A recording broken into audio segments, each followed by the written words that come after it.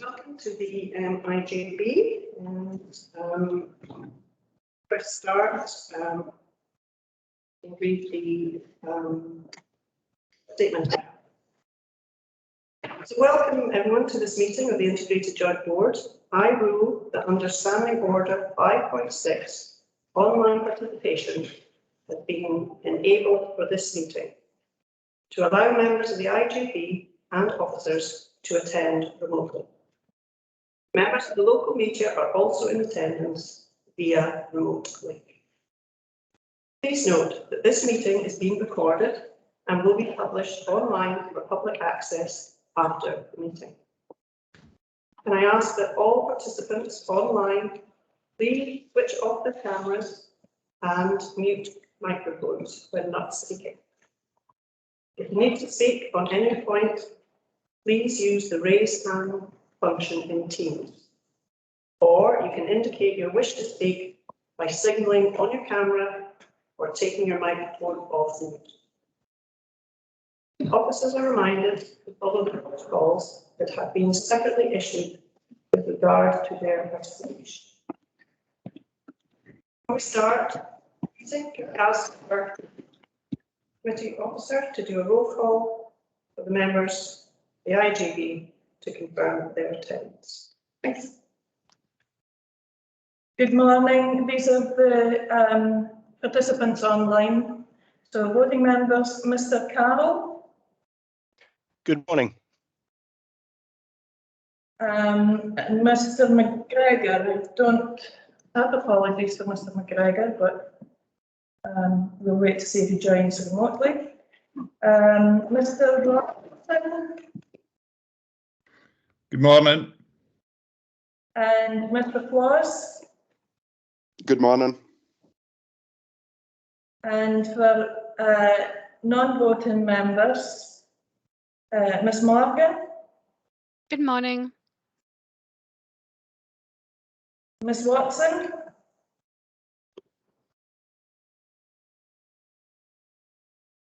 Ms. Watson. Apologies. Good morning. Trouble with my buttons, but I am here. Mr. Sandilands. Good morning. Good morning. Thank you. Mrs. Adamson. Good morning.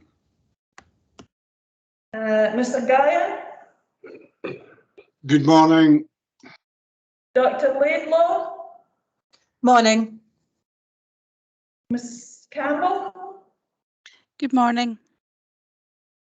Thank you. I can do apologies. Please, Polly.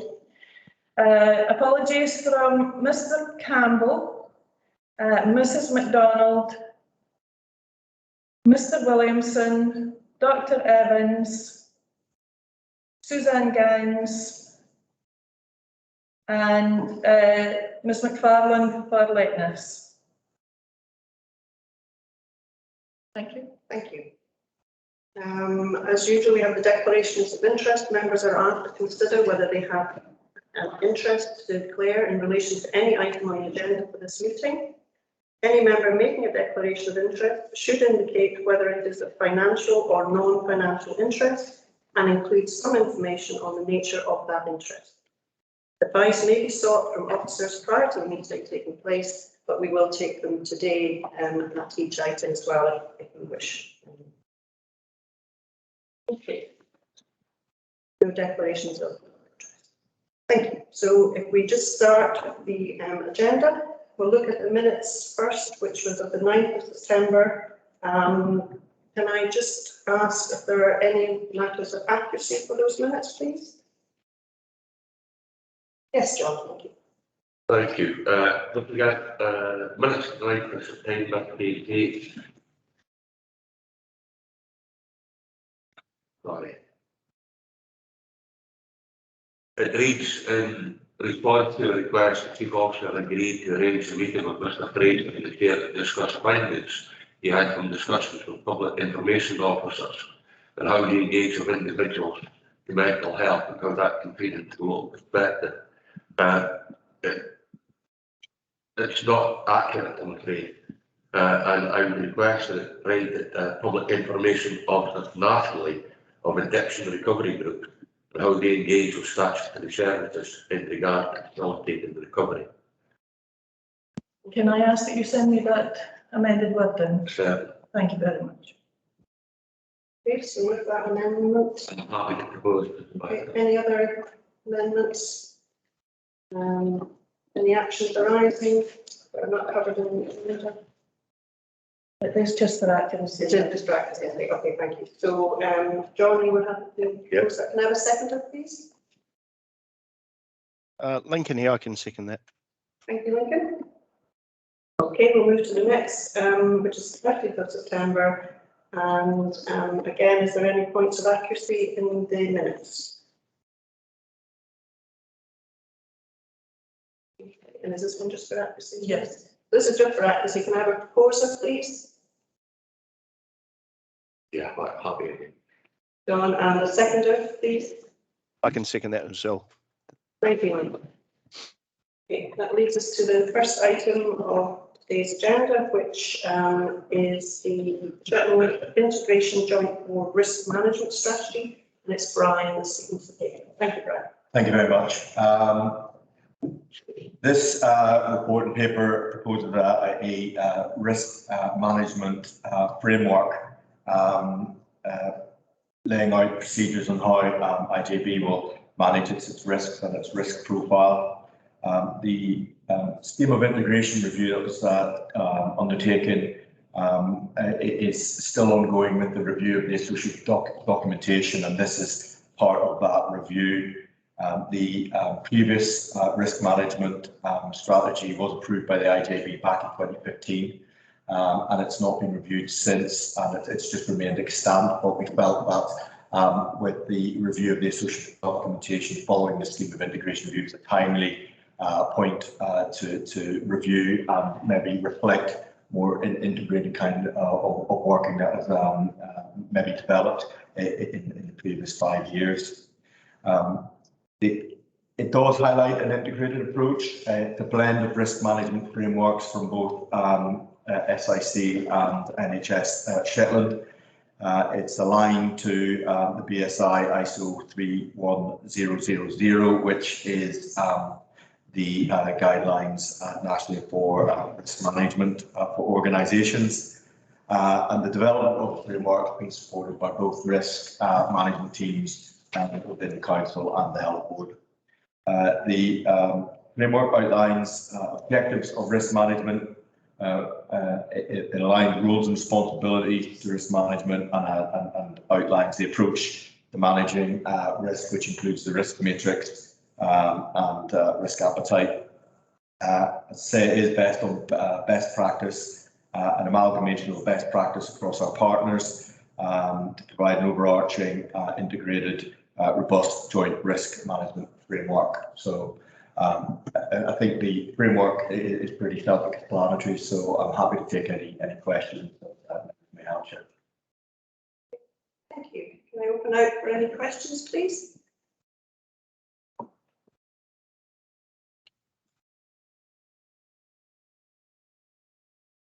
No questions coming forward there.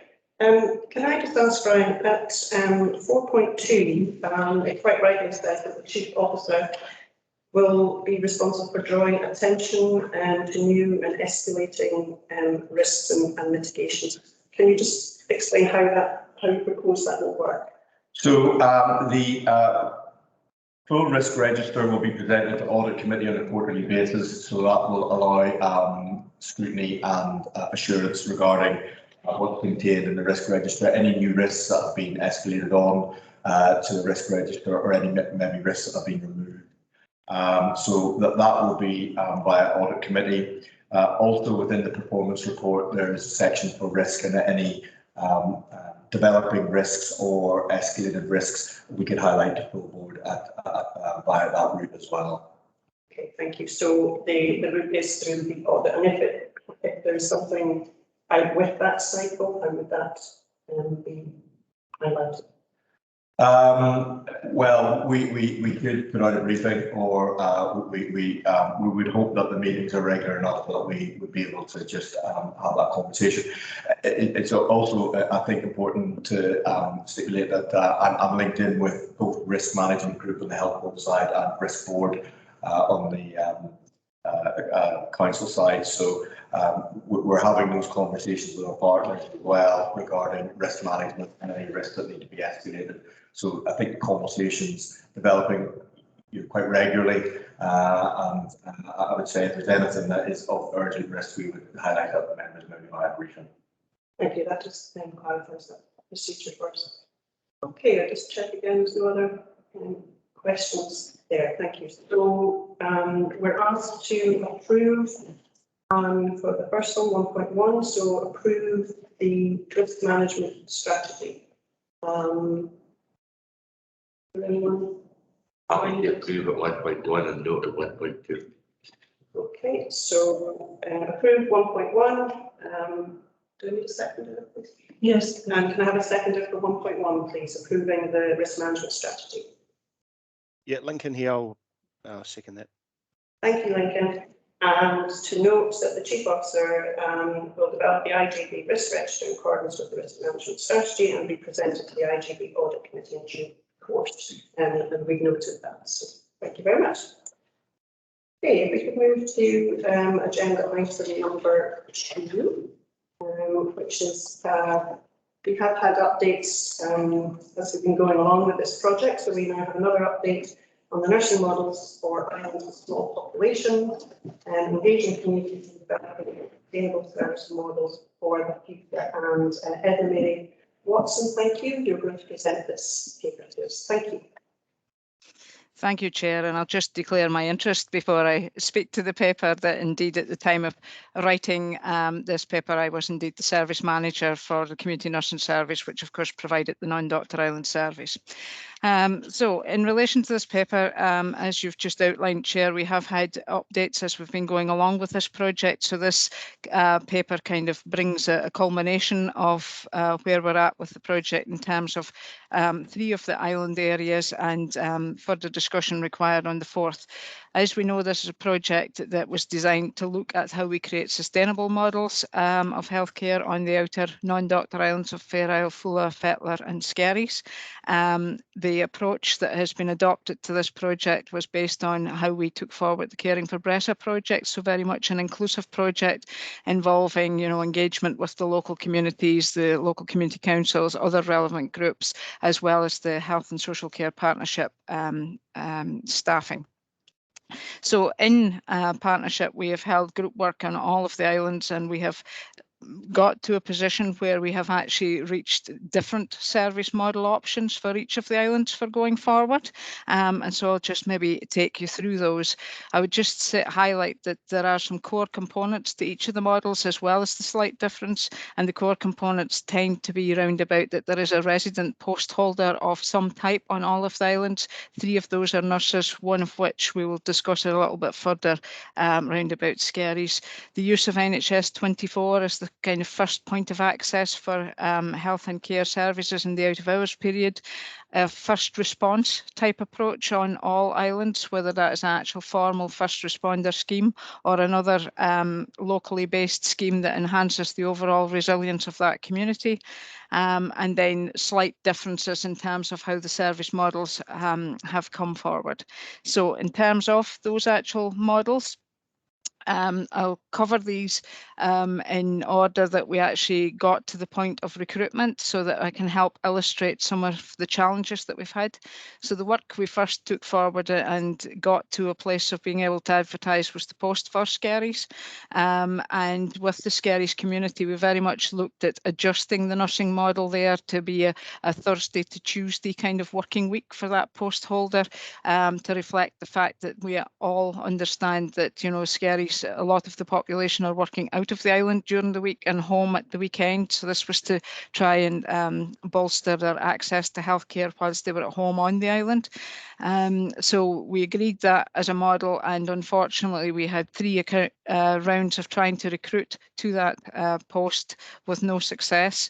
We've also tried from the other non-Doctor Island recruitment processes to try and secure a post holder for Skerries, but that has not been successful either. I'll go back to what next for Skerries once I've explained the other two.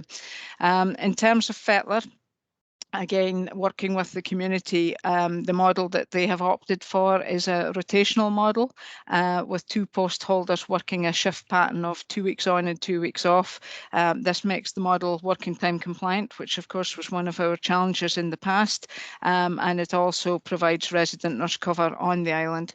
Skerries has a first responder scheme in place, which they've also had for a long time, so this really bolsters the resilience of this model, and I'm really pleased to say that following recruitment drive, we have indeed been able to appoint 2 post holders, and that new service, as outlined there, will be in place from the 6th of December. In terms of Fuller is included in the paper because the community felt that they would like the opportunity to participate in the group work and the opportunity really to review their model for the future. Be clear that they do currently have a substantive nurse in post, and the community themselves felt that that provided a kind of less pressurised opportunity to actually review their model for the future. And in discussions with that particular community, the model they have opted for going forward is a resident nurse working Monday to Friday, 9 to 5 only, with the out of hours access via NHS 24, the same as the rest of Shetland. The community were very honest, I think, in terms of that they recognised they had a number of skills already within people doing core roles within the community that they could provide some emergency assistance to each other, but in order to enhance and strengthen that on the island, they didn't feel they could commit to a full first responder scheme, but felt that they would be quite happy to undergo additional training both for children and adults in terms of how to seek emergency support when needed, and also about being able to do emergency response, to be able to do basic life support, work with defibrillators, etc. And the ambulance service and our colleagues in the fire and rescue are looking at a training programme with the local community. The other feature that really figures in Fuller and Fair Isle strongly is that both of these areas now have 4G. Fuller predominantly just at the clinic at the moment, but we heard from the community that is anticipated in the near future there will be 4G access across Fuller, which will enhance access for services for everybody from their home area as well as from the clinic. In terms of Fair Isle, we have reached the point where it was challenging to define the final model. So we decided that we would move forward with recruiting to the nurse part of it and follow up with the redesign of the rest of the service once we had a post holder in place. So we have run the advert for a Fair Isle post, and I'm very pleased to say that we have actually appointed a lady who will take up that post, but is unlikely to be in Fair Isle until the beginning of the new year, just due to logistics in terms of getting here.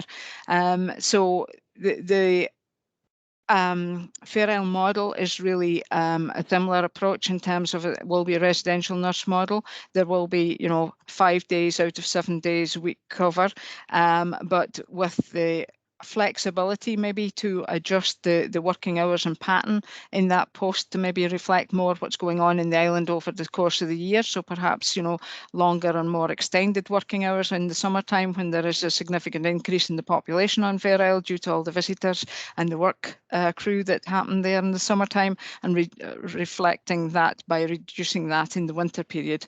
Also keen to explore what a first response type scheme might look like for Fair Isle, because I think the Fair Isle residents have always been quite clear that they didn't feel able to sustain the full Scottish Ambulance Service first responder approach. So again, perhaps an approach more like the option for Fuller might be a possibility within Fair Isle. As I say, we failed at actually getting the nurse post holder in place and then continuing on with the rest of that redesign is probably the right way forward. And as I say, we have been very fortunate in being able to recruit a post holder for there. So those are the models for going forward. They are, as I say, all slightly different. As I highlighted at the outset, Skerries, we have been unfortunately not able to recruit to, neither from the advertising of their post or from the other positions that we've advertised. I think it has become quite clear that there is limited number of people applying for these small outer island jobs, and in order to support Skerries, I think that we do have to look at a different model. And in the paper there's a small description of considering something like a more caretaker, supportive role for the community. So about looking to be able to recruit or attract a person, a couple ideally, who would move to Skerries, who would provide a range of kind of support activities really within the community, as well as, you know, be willing to undertake to be taught particular healthcare skills that they could deliver on island, which would be, you know, simple things like supporting people with dressings or medication, advice, accessing for services, and also being able to obviously support if there was any emergency evacuations and things like that required. So I think that would provide a bit more resilience to the island, a bit more reassurance.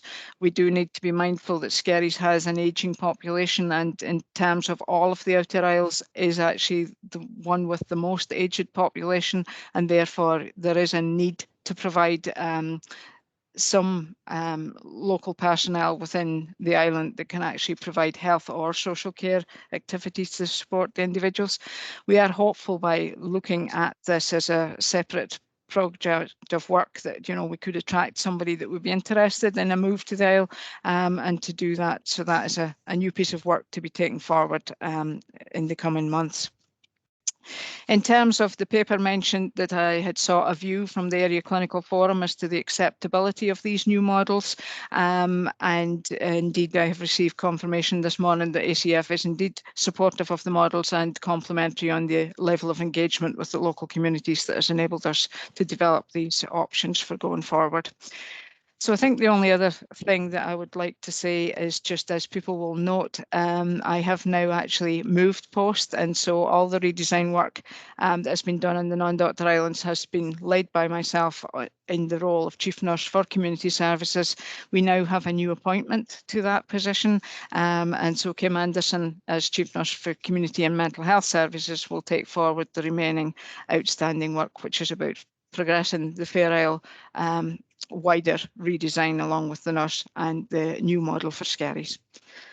And thank you very much, and I'm happy to answer any questions you might have. Thank you, Edna Mary, for that, for your report. It's very clear the model that you've used and how that's brought forward these different solutions, and how valuable that is for all the islands as well as the individual ones. Thank you. I'll open it out for questions first, if I may. John, thank you. Thank you very much, Peter. But Mary, I have two questions, but before questions, I'd just like to applaud the community engagement, where time and effort is taken to understand the unique localised needs of these islands and the remote communities, and find greater solutions to meet these needs. Let this be an ever-present reminder of the risk of local decision-making and democracy that is posed upon us by the National Care Service. I can actually see someone in Edinburgh having such a level of engagement with the residents of Fair Isle and Shetland, for example. Thank you, Edna Mary. My question. 4.18, Shetland, out of hours care initially to be expect access through NHS 24. Edna Mary, can measures be put in place to protect whoever the nurse, the resident nurse is, from inappropriate disturbance? Yeah. Yeah. The use of NHS 24 can help with that, because it can provide reassurance to the community that anybody that's got a concern about any healthcare matter can ring NHS 24 at any time. And as I'm sure people know, they've got algorithms that they discuss with you, your signs and your symptoms, and that can then determine whether it's something that actually you can self-care yourself, or whether it's something that actually, the nurse should be disturbed for at this moment in time, or it could be booked into a clinic slot the next day, or indeed if it requires, further intervention than that.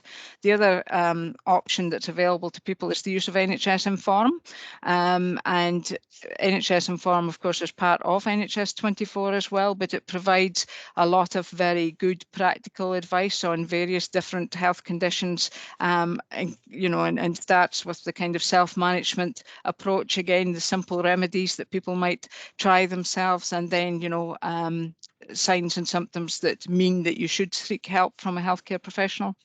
So there are options to help support people that are worried, but at the same time mean that the nurse doesn't need to be disturbed unless it's something that actually does need clinical assessment.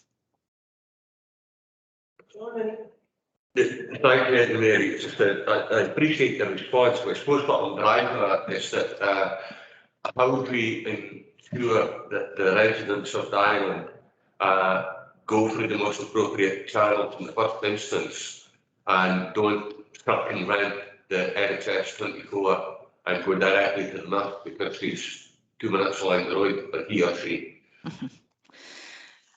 I suppose that's always a challenge in a small island, that people do go along the road because it's not fair to catch somebody. But I suppose in terms of our messaging and communication and work with the community, we've been quite clear about the services that are available to support people without, disturbing the nurse in the out of hours period, because the reality is that,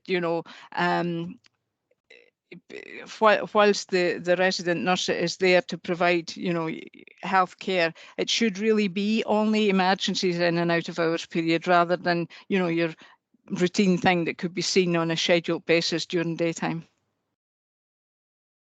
So I think that there's something, I suppose, in terms of the engagement and discussions that we've held already about these services and what they offer for the local population, as well as the nurse helping to reinforce that if they are contacted inappropriately. No, that's full comprehensive response, Mary. I appreciate it, and that answers the question. Yes. I suppose this is the ever-present problem of small and rural island communities. How, Mary, will you maintain the skills levels and professional development of any appointments to small populated islands? Yeah. It certainly is one of the challenges, and as you'll see in the paper, we're suggesting that some of that, because obviously the people that we've recruited to these posts are quite highly skilled individuals, and therefore it's really important that they can keep up their clinical skill and competence. So there's a mixture really, that in all the models we have built in some additional 2-week requirement for them to spend time working in another area, clinically working on their clinical skills. But in addition to that, we're saying that actually the use of technology now can support and enable the practitioners from virtually all of the islands, with the exception of Skerries really, that they can work remotely on behalf of, either services that are part of the health centre that they're attached to, or on a more Shetland-wide basis. So, for example, the lady that we have recruited for Fair Isle is actually coming from a rheumatology specialist nurse background, and we know that that's one of the areas of expertise that locally we could do with some additional knowledge and skills. And I know that the Director of Nursing is keen to engage with that individual, looking at how that post holder can utilise the skills she's bringing with her to support people in Shetland who have a rheumatology diagnosis. So that's an example. In terms of the Fetlar post holders, obviously they're working really as part of the North Isles team. So although they're based on Fetlar, there is no reason why they can't work remotely to support Yellowron's practices, or, as I say, indeed further afield as necessary. Thank you. Yes, George. Just the fact that it's been considered gives me a bit of comfort, and to be fair, she's never been in doubt. Thank you. It is important points you raised there about the sustainability and the attraction of these posts when you're building that into it. So thank you for those questions. Alex. Hi, Mary. Thanks very much for your report. I'm just wanted to ask, in the section on about Bulla, there's a part in that says that the post holder will be also expected to provide personal care for islanders as required. I just wondered whether this was, this is something where when you have a health professional looking after a small population, that could easily be seen within the remit of, a professional providing care to a small population of under 30 people.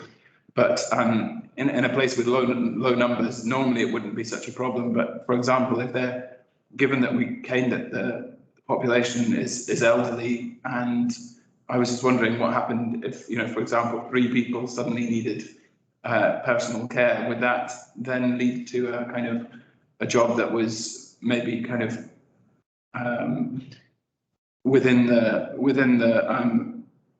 possibility of one person providing support to that island? Could it suddenly mean that that person was overloaded and too busy? And I just wondered what your thoughts were on that. Thanks. Yeah.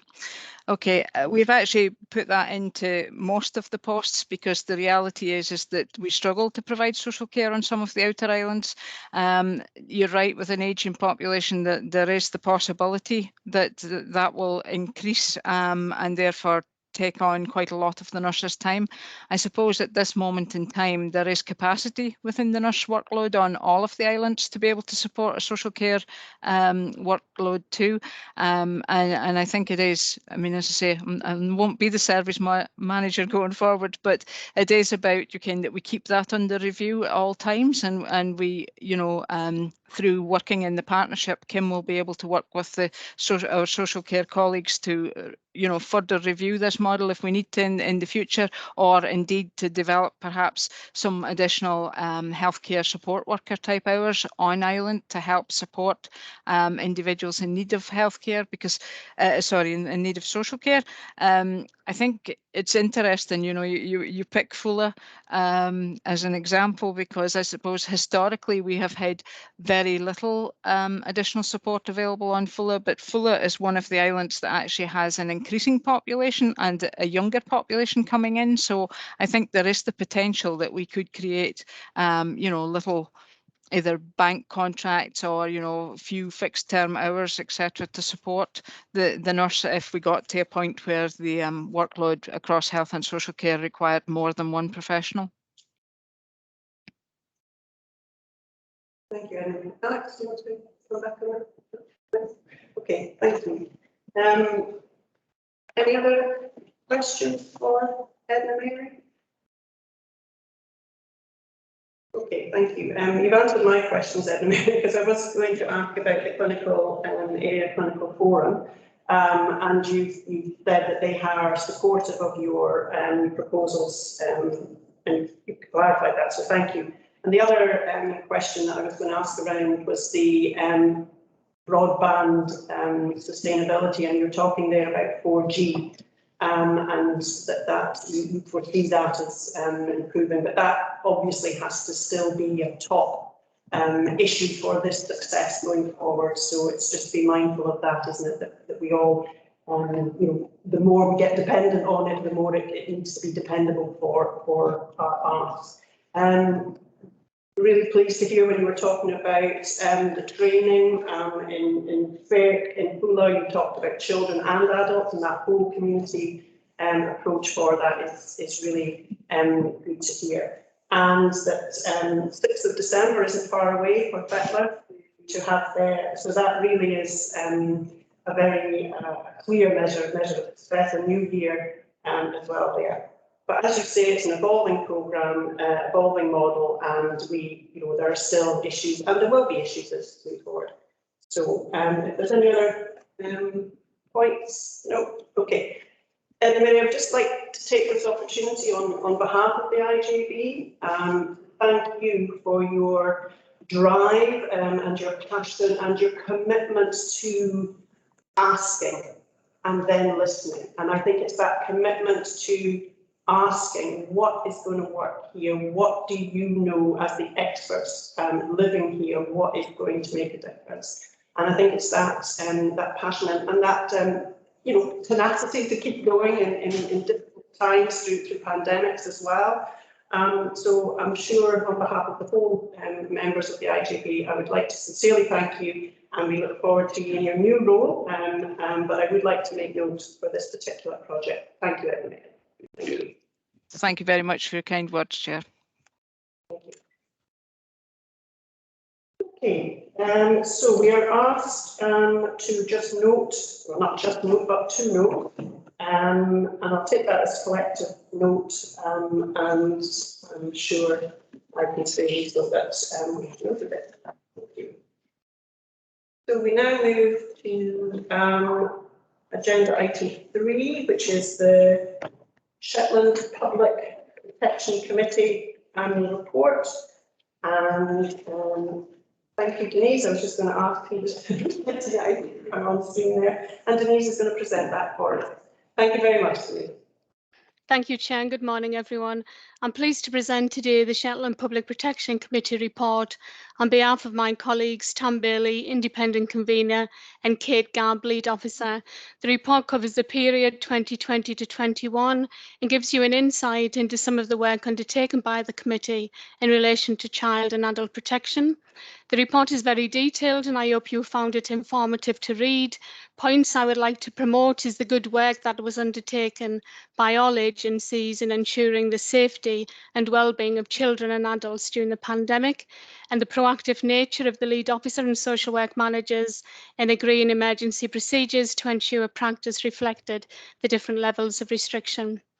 As you can see from the statistics provided, referrals and investigations continued, and we experienced an increase in adult concern forms. Although the number of concern referrals that meet the 3-point criteria, which is unable to safeguard your well-being, you are at risk of harm and affected by disability. The statistics remain stable. Those referred who did not meet the criteria but required support also received it. You will see from the table on page 15 there was an increase in the type of harm in areas of self-neglect and self-harm, and emotional and psychological harm remains high. We think this is related to the stresses experienced during the pandemic and is indicative of the increased need being experienced by mental health services. Developments throughout the year included bringing the Shetland Domestic Abuse Partnership under the umbrella of the committee, improving local resources available to address gender-based violence. We have realigned the training subcommittee, bringing together training agendas from other partnerships. We hope this will streamline effort and ensure a coordinated approach to partnership training across Shetland. Multi-agency quality assurance exercises have been undertaken across child and adult protection, and we are now preparing for an anticipated adult protection inspection in 2022. Areas that have not progressed as well as we would have liked includes blended training and user participation. We have attempted some of this online, but it's never the same unless you can have some face-to-face contact. And I think certainly the young people that we were working with were zoomed out. So we look forward in the coming year to focus on these areas of work. I have nothing else to add at this point, but I'm willing to take questions. Thank you. Thank you very much, Denise. And I'll open it out for questions or comments.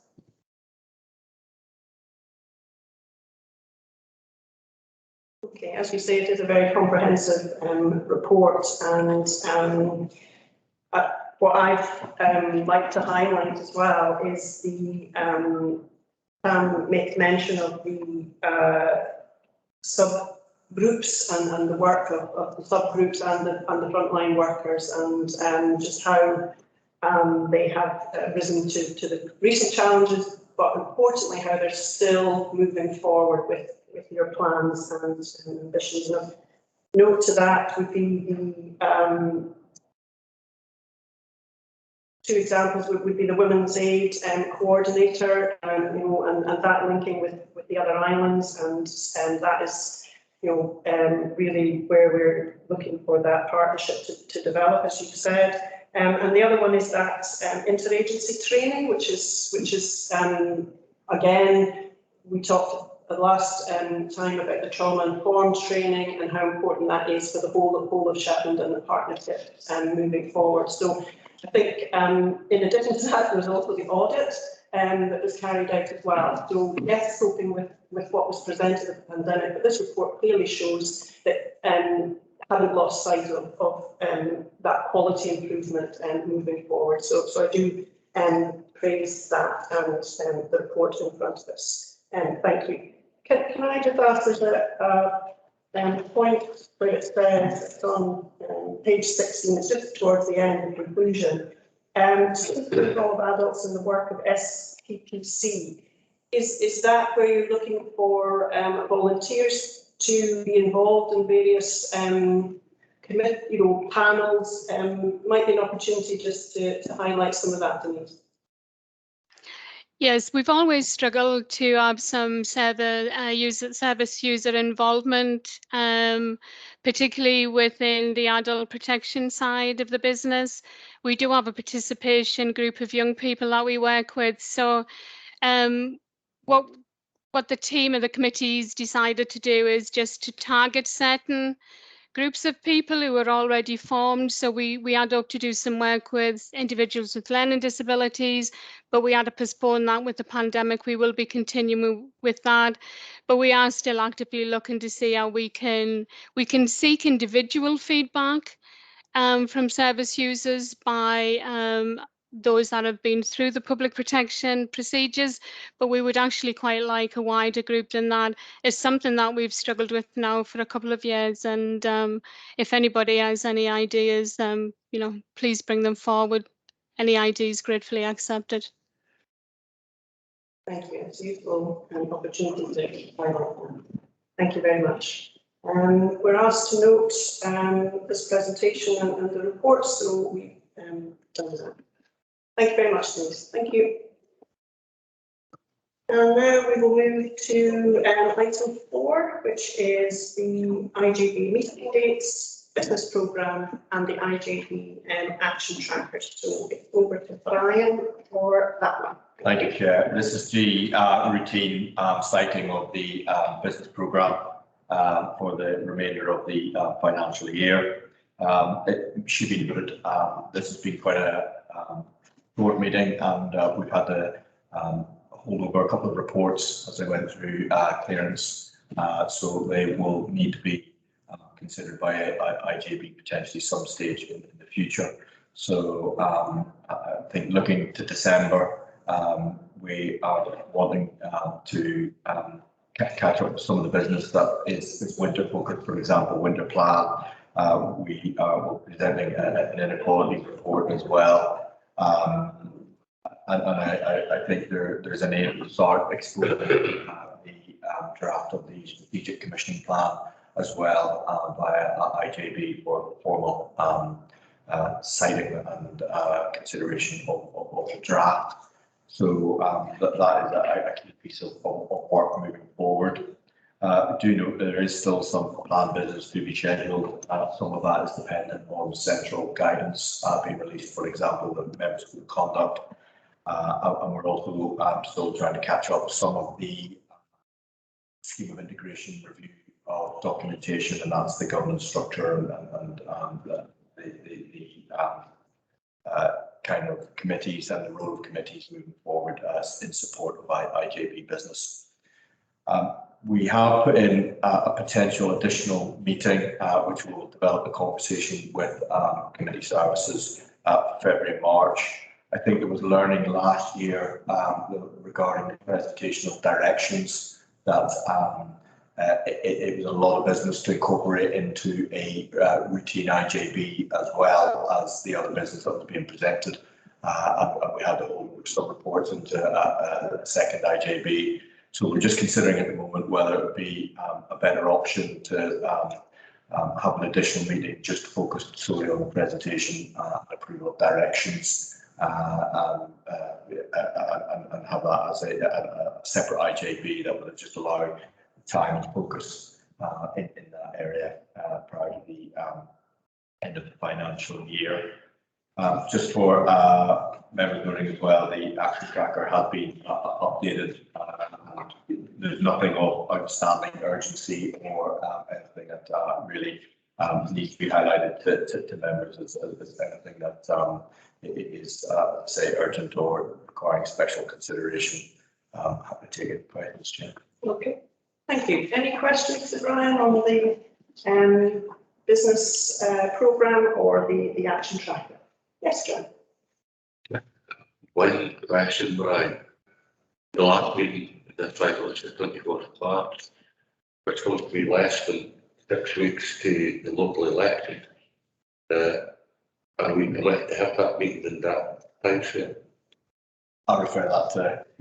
We were actually, I should have responded by now, I apologise, but we're looking at the same date as the IJB audit in, I think it's, is it the 10th of March? I'll have to look at the exact date, but we were hoping to slot it in because some of the members will already be doing business of IJB audit, so we might just tag it on in the 7-11.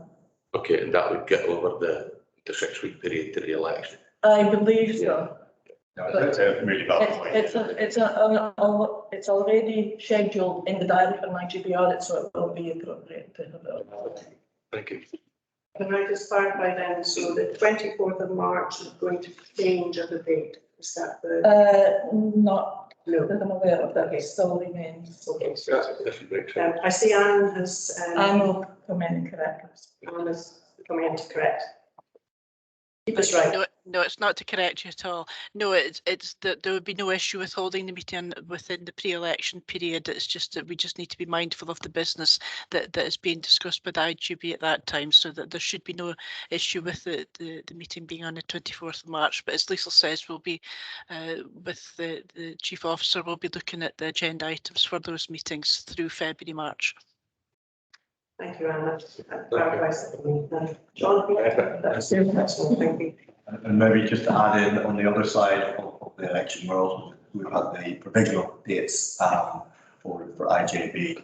Just work with the community services just to validate whether we think there's enough meetings for the business within the year. Bearing in mind there will be potentially National Care Service considerations to be undertaken by IJB. So we're just having that conversation as well. Thank you. So it's likely that we will have update on the business meetings in the future. Just noting today's been a hybrid meeting format, and December that would be the same format. Can you just clarify that? Yeah. Okay. Thank you very much for that. And if there's no other items, then I'll close today's meeting, and thank you all very much for your attendance and your questions. Thank you. Thank you. Thank you. Thank you, Chair.